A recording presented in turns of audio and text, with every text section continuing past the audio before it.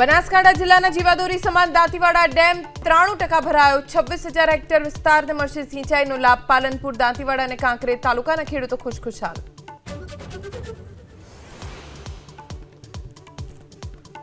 નવસારીમાં જામ્યો વરસાદનો માહોલ। વહેલી સવારથી જ વાદળછાયું વાતાવરણ, પવન સાથે શહેર અને ગ્રામ્ય વિસ્તારમાં મેઘરાજાએ બોલાવી સટાસટી। ચીકુ પકવતા ખેડૂતોની વધી ચિંતા।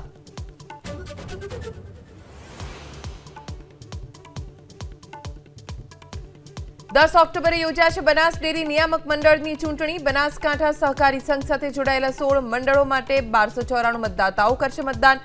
11 ઓક્ટોબરે મતગણતરી।